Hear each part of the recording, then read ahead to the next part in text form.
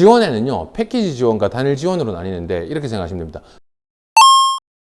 저한테 만약에 1억을 주셨다잖아요. 그 1억 안에 요게 모두 다 들어갑니다. 근데 그 중에 요것만 도와준다. 요거는 단일. 이걸 다 도와준다. 패키지. 패키지로 지원해서 선정이 되실 수도 있고요. 단일로 지원하셔서 선정이 될 수도 있습니다. 혹시 주변에 한번 돌아보세요. 아, 나 이번에 뭐 도움 받아가지고 한 300만 원 지원 받았잖아. 라고 하면 거의 대부분 이런 각각의 개별로 지원을 받았을 거고요. 나 이번에 국가로부터 1억 받았다? 이런 말이 나왔다는 건 싹 포함해서 패키지 지원을 받았다라고 볼 수 있습니다. 패키지 지원은 아무래도 경쟁률이 치열하겠죠. 초기 창업자들에게는 한 요 4단계 정도가 보여집니다. 무슨 말이냐? 창업하기 직전에 잘 몰라서 좀 도움을 주세요. 예비 창업 패키지. 1년부터 3년까지 초기 창업 패키지. 3년부터 7년까지를 창업 도약 패키지.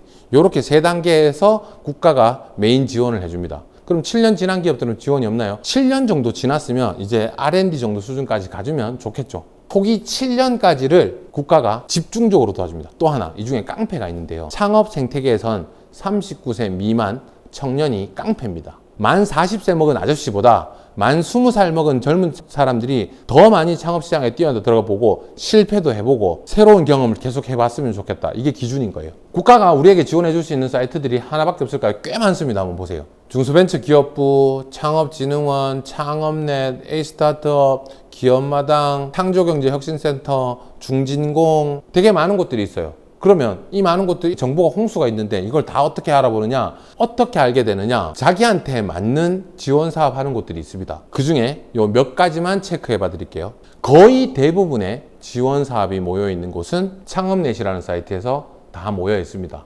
여기서 지원 사업을 확인해 보시면 될 것 같아요. 스타트업 말고요. 일반 회사를 운영하는 사람에겐 지원할 수 있는 방법이 없을까요? 그런 것들은 기업마당에서 확인해 보실 수 있고요. 자금이 필요합니다. 돈 좀 빌려주세요. 물론 되게 다양한 곳들이 있겠지만 중진공이 무역과 자금을 담당하고 있습니다. 저 쇼핑몰 하는데 혹시 쇼핑몰은 안 도와주나요? 도와줍니다. 원래 옛날에는 없었어요. 생겼습니다. 판판대로해서 쇼핑몰 사장님들에게 도움을 드리고 있습니다. 창업하려고 하시는데 돈이 필요해요. 어디 가실래요? 보통 지인들이나 주변인들에게 요청을 하는 경우가 쉽습니다. 가장 쉬운 일은 가장 어려운 일을 만듭니다.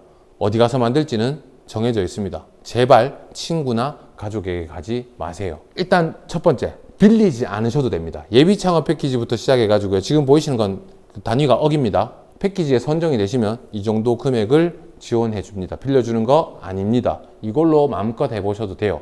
근데 이 중에 1억 기준으로 해 가지고요. 한번 이걸 세분화 시켜 볼게요. 세분화 시켜 보면 이 정도 금액을 각각 단일 사업으로 지원을 해주기도 합니다. 우리가 흔히들요, 기업들이 돈을 빌리러 가면 은행에 갑니다. 은행에 가서 돈 좀 빌려주세요. 그럼 대부분 들을 겁니다. 5천만 원 빌려드릴게요. 이게 어디서 오는 거냐면 신용보증재단이라는 곳에서 보통 보증을 서주고요.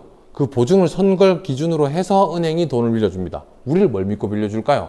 신용보증재단이 보증을 섰기 때문에 빌려줍니다. 이게 대부분의 코스입니다. 근데 이것보다 훨씬 더 괜찮은 방법들이 꽤 많습니다. 이를테면요, 중진공 1억을 빌려준답니다. 그것도 국가가 바로 빌려준답니다. 은행을 끼고 있지 않으니 낮은 이자로 빌려줄 수 있겠죠. 그 외에 보증 서주는 기관들은 신용보증재단, 신용보증기금, 기술보증기금 이런 곳들에서 돈을 빌려줄 수 있는데요. 재단과 기금은 다른 겁니다. 그러니까 약간 혼용하지 마세요. 또 하나, 소상공인들에겐 도움을 줄 수 없을까요? 예, 맞습니다. 소상공인진흥공단은 보증을 서주기도 하고요. 소상공인진흥공단에서 직접 대출을 해주기도 합니다. 그러니까 당장 은행 찾아가지 마시고 적어도 요 4군데 정도는 문을 두드려 보시고 그래도 안 되면 그 다음 방법을 찾아보시는 거예요. 친구나 지인에게 가지 마세요. 문제는 이 모든 곳에서 돈을 빌리려면요, 찾아갑니다. 자, 어떻게 오셨습니까? 돈 필요해서요. 아, 예, 그러시군요. 돈을 빌려줄까요? 안 빌려줍니다. 우리가 흔히 은행을 가면 홈택스나 민원24에서 발급 가능한 그런 서류들을 제출해야 되는 경우가 많을 겁니다. 근데 그거 아닙니다. 기술 창업에 관련해서 대출이 나오거나 돈을 빌려주는 것 같은 경우는 당신은 어떻게 해서 돈을 벌 것이며 어떻게 회사를 키워나갈 것인가요? 라고 하는 미래를 사는 경우가 많습니다. 그러다 보니 뭐가 필요할까요? 사업계획서가 필요합니다. 그래서 사업계획서를 쓰는 거고요. 아까 전에 국가로부터 패키지 사업이나 단일 사업을 받고 싶잖아요. 똑같습니다. 사업계획서를 작성하시고 그 사업계획서가 선정이 되면 약 5분에 가까운 발표 시간을 가지고요. 그렇게 OK가 됐을 때 국가가 지원을 해줍니다. 물론 경쟁률도 높습니다. 쉬운 일은 아니에요. 정부 지원 사업, 창업, 세상 모든 사람들이 다 창업을 해버리면 어떡하죠? 직원이 없어지는데 이걸 어느 세대에게 가장 많이 시켜준다고 했나요? 39세 미만인 세대에게 가장 지원을 많이 해준다고 했잖아요.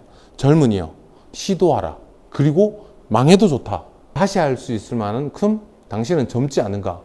이게 기준입니다. 해서 망할 수 있어요. 실패할 수 있죠. 그렇지만 회사를 운영해 봤잖아요. 그러면 다른 기업으로 취업을 할 때도요. 나는 기업을 해본 이력이 있기 때문에 기업가의 정신을 어느 정도는 가지고 시작한다는 거죠. 한번 내 회사의 사장을 해본 사람은요. 남의 집에 직원으로 갔을 때 그 사장님의 마음을 헤아릴 확률이 훨씬 더 높습니다. 그럼 어디로 취업하면 좋으냐? 아무 데나 갈 수는 없잖아요. 아무 데나 가도 좋죠. 근데 내가 한번 해봤던 이력이 있기 때문에 또 다른 수의 기업으로 취업을 하실 수 있는 겁니다. 새롭게 시작하는 그 창업자분들에게 제가 취업을 할 수 있다는 거죠. 취업을 해서 사업 계획서를 같이 쓰고 발표를 같이 하고 준비를 같이 하고 한번 실패 이력을 가지고 같이 뛰어들면 다음번에 시작하는 새로운 창업자들에게는 제가 틀림없이 도움이 될 수 있는 부분이 있을 거라는 거죠. 아까 전에 수혜기업 옆에 꽤 많은 인력들이 있다고 했죠.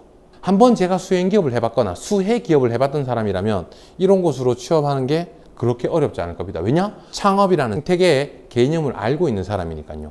그 중에 사업계획서를 쓰는 게 굉장히 어렵고요. 연구개발을 하는 일도 쉽지 않습니다. 이건 배운 적이 없는 사람은 알 수가 없고요. 석사, 박사까지 나오신 분들이면 하실 수 있겠죠. 석사, 박사가 제 주변에 쉽나요? 또는 석사, 박사 나오신 분이 이제 막 같이 시작하는 스타트업에 참여를 많이 할까요? 쉽지 않단 말이죠. 근데 석사, 박사까지는 아니더라도 R&D 연구원급에 가까운 사람은 누구? 창업을 한번 해본 이력이 있는 사람들은 사업계획서 써봤을 거고요. 발표도 다 해봤을 겁니다. 해서 어느 정도의 기술개발 능력들도 생겼을 거고요. 그런 사람들이 이곳에 새롭게 R&D 연구원으로 갈 수 있지 않을까요?